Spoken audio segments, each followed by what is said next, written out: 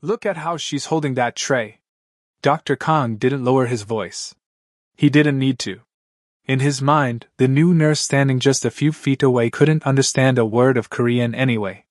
A few junior doctors chuckled behind him, their eyes scanning her from head to toe, lingering just long enough to make the message clear.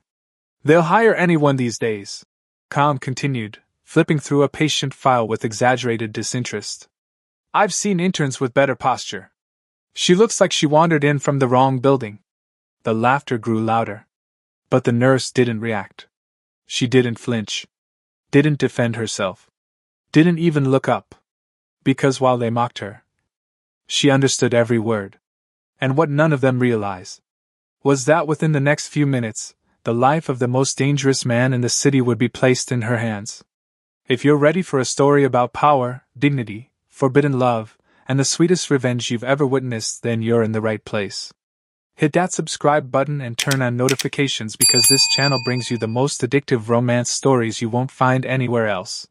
Drop a fire in the comments if you're team revenge. And let's get into this story. The hospital ran like a kingdom. Not the kind built on compassion or care, but one built on hierarchy. Titles mattered more than talent. Seniority outweighed skill. And at the very top of that fragile structure stood men like Dr. Kong.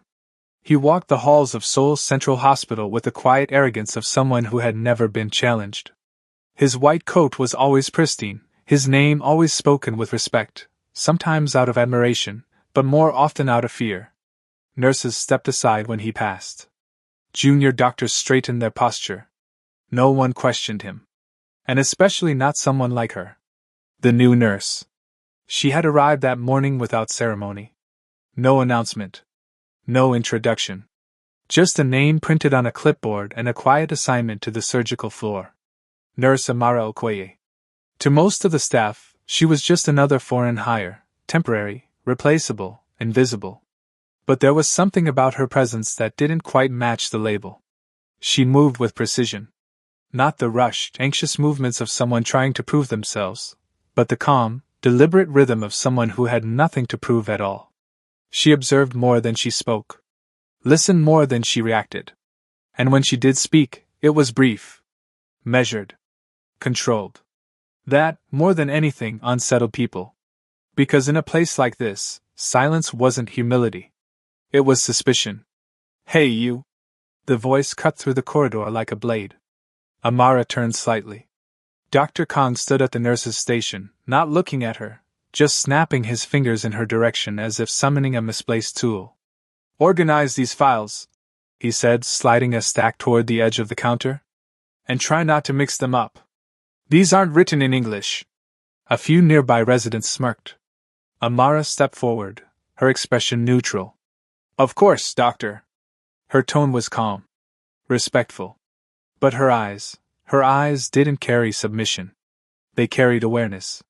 As she gathered the files, Kong leaned slightly toward the others, his voice dropping just enough to seem private, but not enough to be unheard. They keep lowering the standards, he muttered.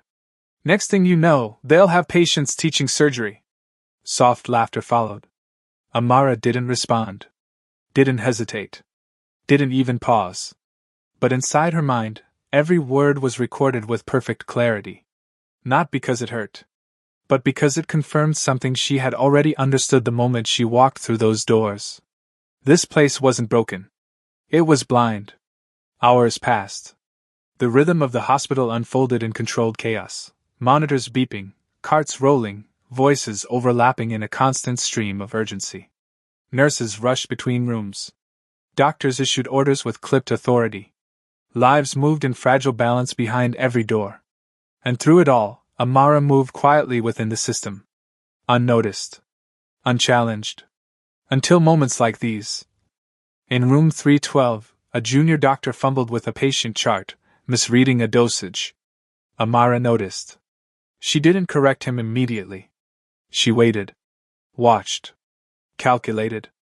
Then, gently, almost casually, she stepped closer. Doctor, she said softly, pointing to a line on the chart. You might want to double-check this. The resident frowned, glancing at the paper. His expression shifted. Confusion. Then realization. Oh. He quickly corrected the mistake, clearing his throat as if the moment hadn't happened. No thank you? No acknowledgement. Just silence. Amara nodded once and walked away. Because she wasn't there for validation. And she certainly wasn't there to prove anything. At least, not yet. Back at the nurse's station, Khan watched her from a distance. There was something about her that didn't sit right with him. It wasn't defiance. She wasn't openly challenging him. It was something worse. Control. The kind of quiet control that didn't ask for permission. The kind that didn't fit into the neat, rigid hierarchy he had spent years mastering. He didn't like it. Make sure she stays in her lane, he muttered to one of the senior nurses. We don't need confusion. The nurse nodded quickly. Because in this hospital, confusion didn't mean mistakes. It meant disruption. And disruption was dangerous. Amara stepped into the supply room, placing the organized files neatly onto the shelf. For a brief moment, the noise of the hospital faded. Silence. Stillness. Her reflection stared back at her from the small metal cabinet door. Calm. Composed. Unbothered. But beneath that surface, something else existed. Not anger. Not resentment. Something sharper. Patience. The kind of patience built over years. The kind that waits. Not for approval, but for the right moment. And somewhere deep in the building, that moment was already approaching. Because just as she turned to leave the room, a sharp, piercing alarm tore through the hospital. Not the usual emergency tone. This one was different. Urgent. Violent. Unforgiving. Voices immediately shifted. Footsteps quickened. And over the intercom, a single phrase echoed through every hallway. A phrase that made even the most experienced doctors freeze where they stood. Code Black. Amara didn't rush. Didn't panic. She simply lifted her eyes slightly. And listened. Because whatever was coming through those doors was about to change everything. The words spread faster than the alarm itself. Code Black.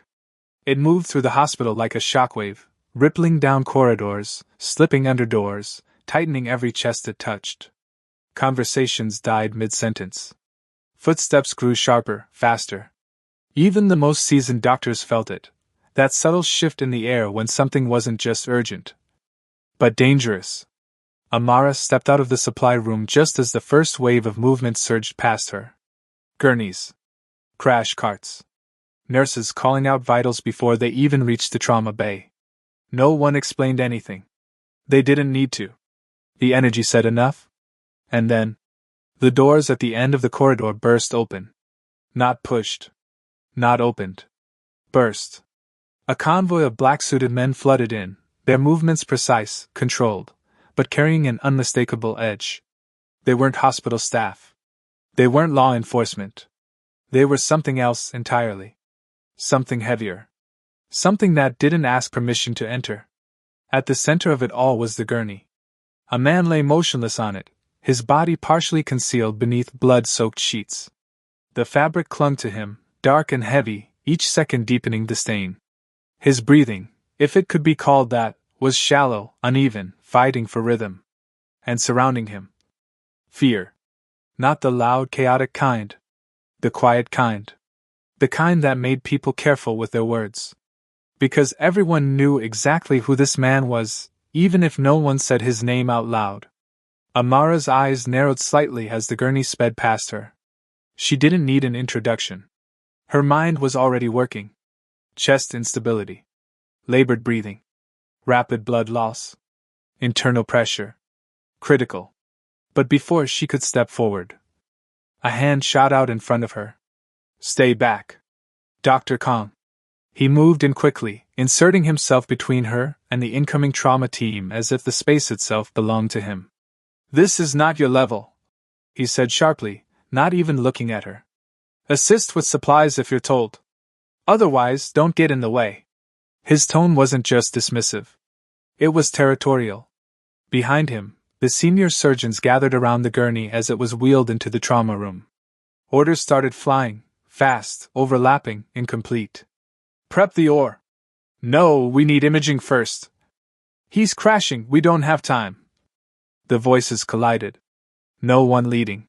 No one committing. Amara stayed where she was. Watching. Listening. Calculating.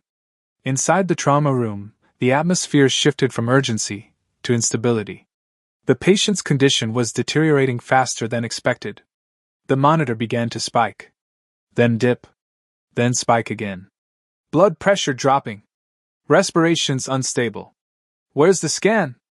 Dr. Kong stood at the center, his jaw tight, his hands hovering just above the patient as if waiting for certainty that never came. Because this wasn't a controlled surgery.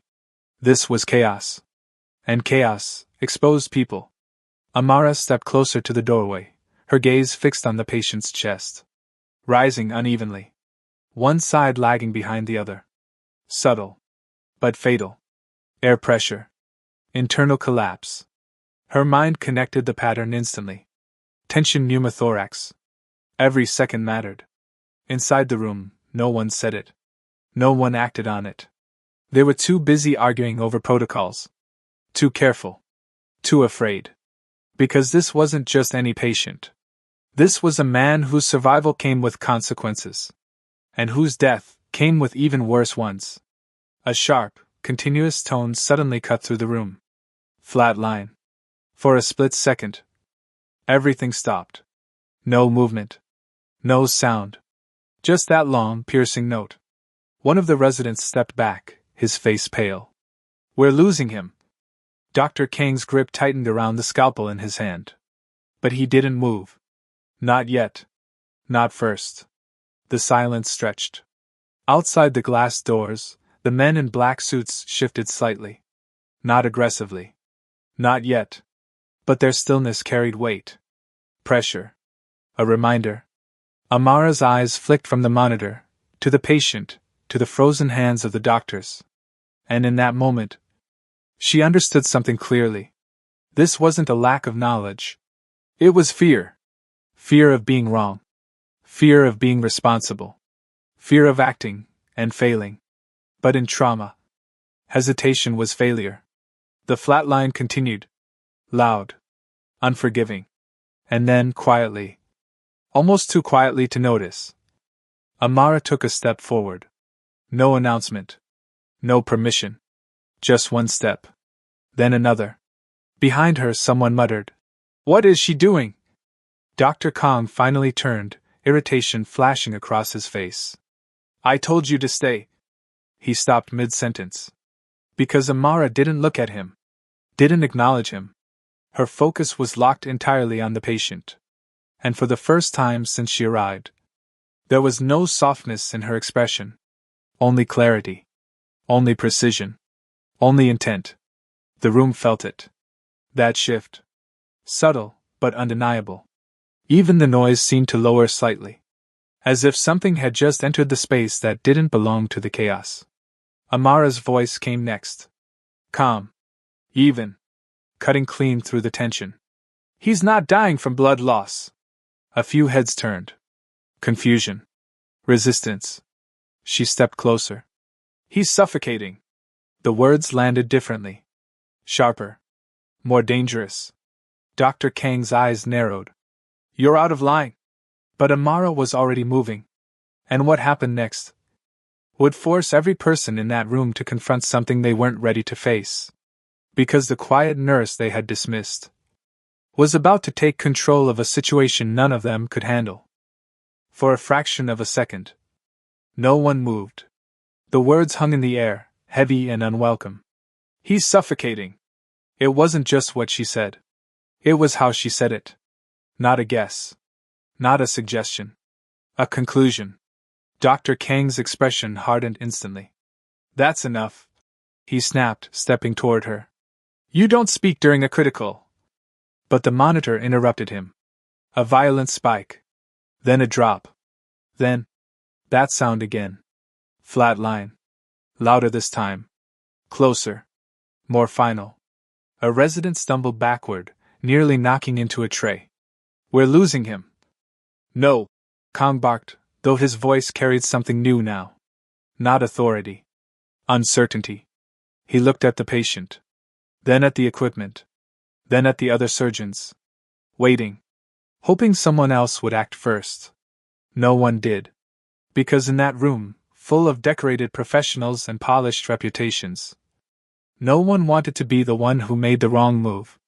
And in trauma, that was the worst move of all.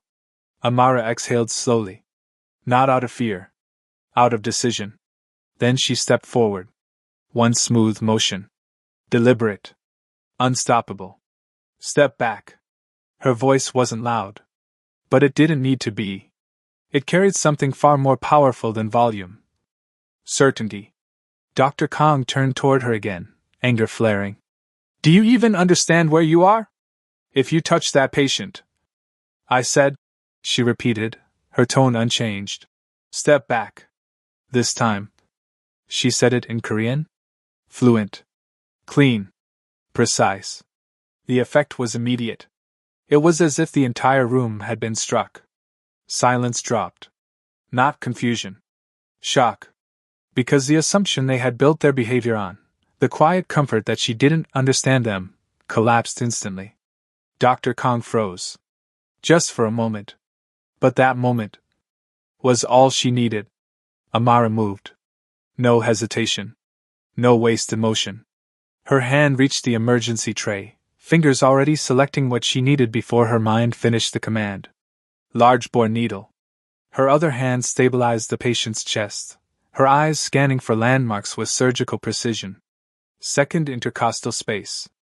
Mid-clavicular line. Her movements weren't rushed. They were exact. Behind her, a voice broke the silence. What is she doing? Another voice, sharper. Stop her! But no one stepped in. Because something about her presence in that moment didn't allow interruption. It was the kind of control that didn't come from authority. It came from mastery. Amara leaned in slightly. And then, she drove the needle in. A sharp, clean motion. For a split second. Nothing. Then, a hiss. Low. Violent. Unmistakable. Air escaping under pressure. The patient's chest shifted immediately. Subtly at first. Then more visibly. The imbalance corrected. The tension released. On the monitor. A flicker. A break in the flat line. Then, a pulse. Weak. But real. A resident gasped. It's back. The room came alive again, but not with chaos this time. With disbelief. How did she? That's impossible. Dr. Kong didn't speak. He couldn't. His eyes were locked on her hands. Because she wasn't done. Not even close. Amara's gaze shifted to the wound near the patient's neck. Blood pooled unevenly, too controlled for a simple tear. Internal damage. Deep. Hidden. And lethal if ignored. She reached for the forceps. One smooth motion. No hesitation. Wait! One of the surgeons stepped forward, his voice trembling. You can't just... Amara didn't look at him. Didn't acknowledge the warning. Because she had already seen what they hadn't. A fragment. Metal. Embedded dangerously close to a major vessel. Every second it remained there was a countdown. Her fingers moved with impossible steadiness as she navigated the wound. Blind. Precise. Calculated. The room watched. No one spoke now. Even the guards beyond the glass had gone still, their earlier tension replaced with something else. Attention. Focused. Sharp. Amara adjusted her angle slightly. Her breathing steady. Her hands steady. Everything about her. Steady. Then, a shift. Subtle. But enough. She locked onto it. And with one controlled movement, she extracted the fragment. Blood surged. For a split second, it looked catastrophic. A fountain. A failure. A mistake. Someone shouted, "Pressure!" But Amara was already ahead of it. Her other hand moved instantly, clamping the vessel with surgical accuracy so refined it felt almost unreal. The bleeding stopped. Not slowed. Stopped. The silence that followed wasn't empty. It was full. Full of realization. Full of something that hadn't existed in that room before. Respect. The monitor stabilized. Pulse strengthening. Rhythm returning. Color slowly rising beneath the patient's skin. Alive. He was alive. Amara held the position for a moment longer, ensuring stability, her eyes scanning every detail one last time. Then, only then, she stepped back. Her gloves stained. Her breathing unchanged. Her expression calm. As if she had just completed something routine. Something ordinary. But nothing about what had just happened was ordinary. She looked up. Her gaze settling briefly on Dr. Kong. Not with anger. Not with triumph. Just acknowledgement. Then she spoke. "He needs surgery immediately," she said, her tone even, controlled. "There's a secondary tear. If you delay again..." She paused. "Just long enough. You won't get another chance." No one argued. No one questioned. Because the hierarchy that had governed that room minutes ago was gone.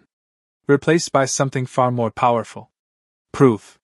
And as the team scrambled, this time with direction, with urgency, with purpose, a new tension began to form. Not about the patient, but about her. Because everyone in that room was now asking the same question. Who exactly had they been talking to all this time? And outside the trauma bay, the men in black suits exchanged a single glance. Silent. Knowing. Because the moment their boss woke up, everything was about to change. The shift was immediate. Not loud. Not dramatic. But unmistakable. The moment the patient was wheeled out of the trauma bay, alive, the entire hospital seemed to hold its breath. And then, the consequences began. Amara didn't follow the surgical team. She didn't argue for a place in the operating room. She didn't explain what she had done. Instead, she allowed herself to be escorted, quietly, firmly, down a narrow hallway and into a small, windowless administrative office. The door closed behind her with a soft click.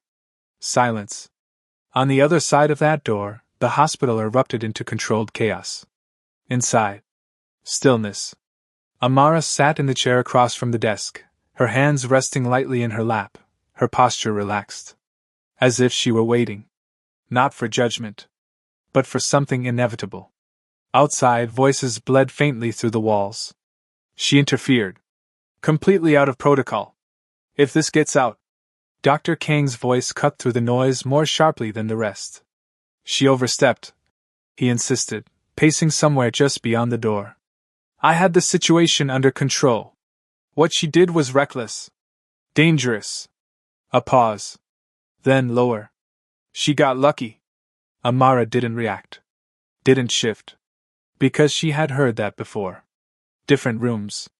Different countries. Same conclusion. Luck. It was always easier for people like him to believe in luck than to confront ability they didn't understand. Footsteps approached. Paused. Then moved away again. Time stretched. Minutes, or maybe longer. And then, everything changed. It started as a ripple. A shift in tone outside the room. Less argument. More urgency. Quieter voices. Heavier steps. Amara lifted her eyes slightly. Not surprised. Just attentive. Because somewhere in the building, the man she had pulled back from the edge of death had just opened his eyes. In the intensive care unit, no one spoke unless necessary. Machines hummed. Monitors beeped in steady rhythm. And at the center of it all, he lay there. Still. Watching. Lee Minjun. No one said his name out loud. They didn't need to. It carried its own weight. Its own gravity. Its own consequences. Dr. Kong stood near the foot of the bed, a clipboard in hand, rehearsing calm authority. Chairman Lee. He began carefully, his tone polished, controlled. You underwent an emergency intervention. We stabilized your condition and... Where is she? The voice cut through him. Rough. Low. But sharp enough to stop everything. Kong blinked. The one who touched me. Lee continued, his eyes scanning the room slowly. The one who wasn't afraid. No one answered. Because no one knew what to say. Because in that moment, The truth mattered more than the hierarchy. Lee's gaze hardened slightly. Bring her to me. A pause. Then, quieter. Now. The door to the office opened without warning. 2 administrators stepped in, their composure barely holding. Come with us, one of them said quickly. No explanation. No accusation. Just urgency. Amara stood without a word. Followed. The walk through the corridor felt different now. Not because of her, but because of them. Eyes followed her. Conversation stopped. People moved aside. Not out of dismissal this time, but uncertainty. Because something had shifted. They just didn't understand it yet. The ICU doors opened. Amara stepped inside. And the room fell silent. Dr. Kong turned immediately, his expression tightening. Why is she here? This is inappropriate. Leave. The word came from the bed. Soft. But absolute. Kong froze. Chairman? I said, Lee repeated, his gaze never leaving Amara. Leave. The authority in his voice didn't need volume. It didn't need repetition. It simply existed. One by one, the doctors stepped back. Even calm. Reluctantly. Unwillingly. But completely. The room cleared until only a few remained at the edges. Watching. Waiting. Trying to understand. Amara stepped forward slowly. No rush. No hesitation. Her eyes met his. And for the first time since she entered the hospital, there was something different in her expression. Not tension. Not restraint. Recognition. Lee studied her face carefully. Searching. Comparing. Remembering. His breathing shifted slightly, not from pain, but from realization. It's you, he said quietly. The words didn't carry surprise. They carried confirmation. Amara's lips curved just slightly. A calm, familiar expression. You're still reckless, she said softly. I told you that would catch up to you one day. The room reacted instantly. Confusion. Shock. Disbelief. Dr. Kang's voice broke through, strained. What is this? Chairman, she is just a nurse. He stopped. Because Lee moved. Slowly. Carefully. Ignoring the discomfort. Ignoring the warnings in his body. He swung his legs over the side of the bed. The guards tensed. The monitors spiked. But he didn't stop. He stood. And then, in front of everyone in that room, he bowed. Deep. Formal. Complete.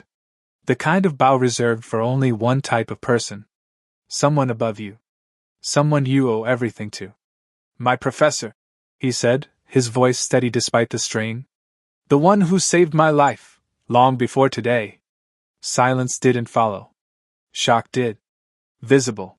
Physical. Dr. Kang's grip on his clipboard tightened until his knuckles turned pale. Professor? He repeated, the word barely forming. Amara didn't react to the room. Didn't acknowledge the weight of the moment. She simply stepped forward and placed a hand lightly on Lee's shoulder. Sit, she said gently. You're not healed enough to stand on pride. And just like that, he obeyed. Without hesitation. Without resistance. The most powerful man in the room. Following her instruction like a student. The hierarchy didn't crack. It collapsed. Completely. And as the realization spread across every face, one truth became impossible to ignore. The person they had dismissed, the one they had mocked, was not just skilled, not just capable. She was the reason the most dangerous man in the city was still alive. And what he would do with that truth was something none of them were prepared for. For a moment, no one spoke. No one moved. Because what they had just witnessed didn't fit inside the rules they had built their world around. Dr. Kong stood frozen near the edge of the room, his mind struggling to catch up with reality. The image refused to make sense. The most feared man in the city, bowing to her. His grip tightened around the clipboard in his hand, but the authority it once symbolized now felt hollow. Fragile. Useless.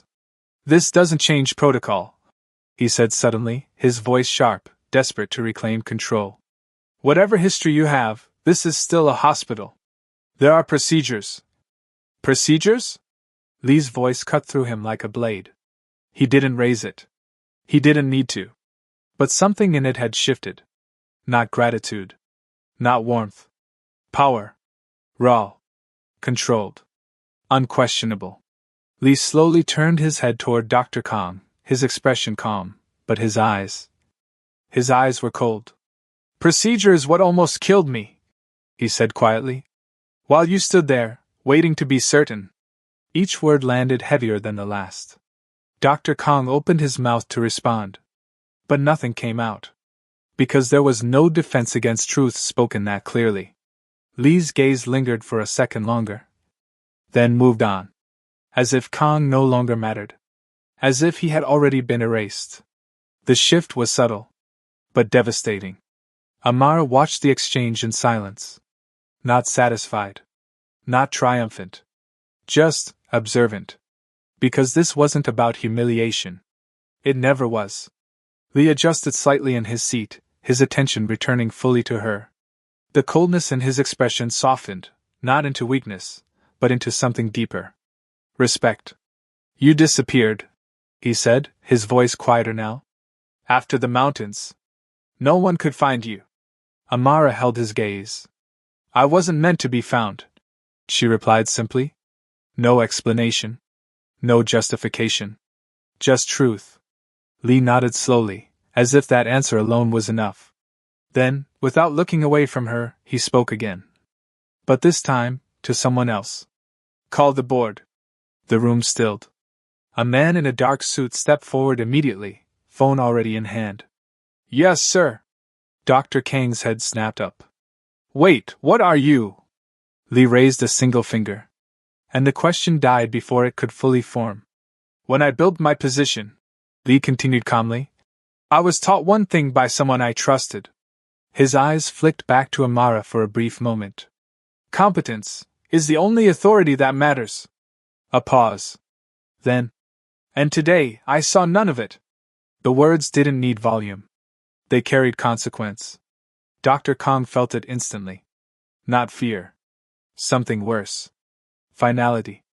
Lee leaned back slightly, his presence filling the room without effort. This hospital survives because people believe it can save them, he said. Not because of titles. Not because of ego. His gaze swept across the remaining staff, each one avoiding direct eye contact now. If that belief is broken. He didn't finish the sentence. He didn't need to. Everyone in that room understood exactly what it meant.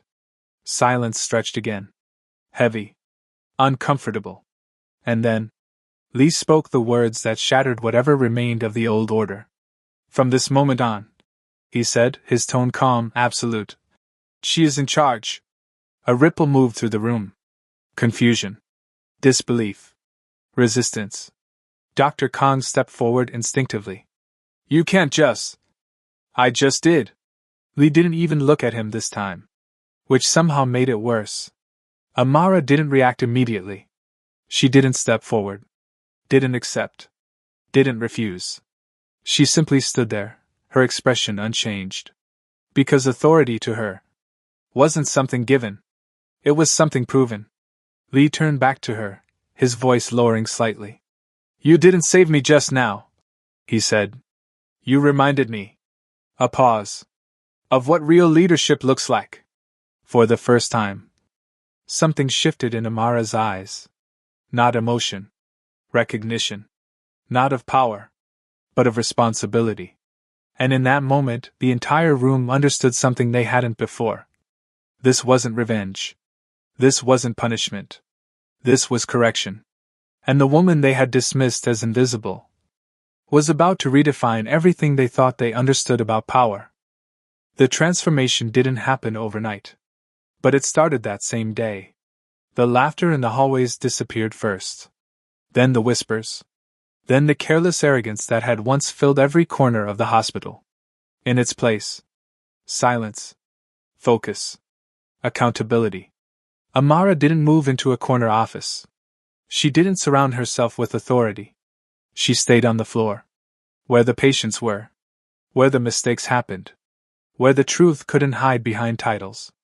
Doctors who once walked with unchecked confidence now moved carefully, double-checking charts, reviewing decisions, questioning themselves in ways they never had before.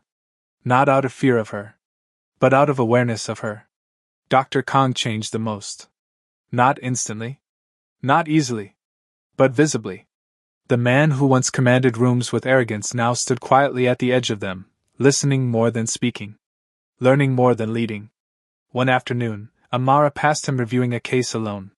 He hesitated, then gave a small, respectful nod. She returned it. Nothing more.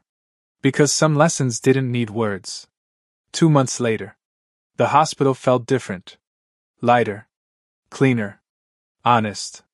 And when Lee walked through the front entrance again, fully recovered, the building didn't tense in fear. It stood in quiet respect. He found her where she always was, on the floor, speaking softly to a patient. For a moment, he simply watched. Then, as she turned toward him, he bowed. Not out of obligation, but out of understanding. Amara placed a hand gently on his shoulder, stopping him halfway. "Stan," she said calmly. And this time, he did. Not as a student, but as an equal. Around them, the hospital moved with purpose. No longer driven by ego, but by something stronger. Something earned. And as Amara looked across the room, she knew she hadn't just saved a life. She had changed a system. Some people will judge you before you ever speak. They'll decide your worth based on what they see, not what you've done. But the truth is, real power doesn't introduce itself.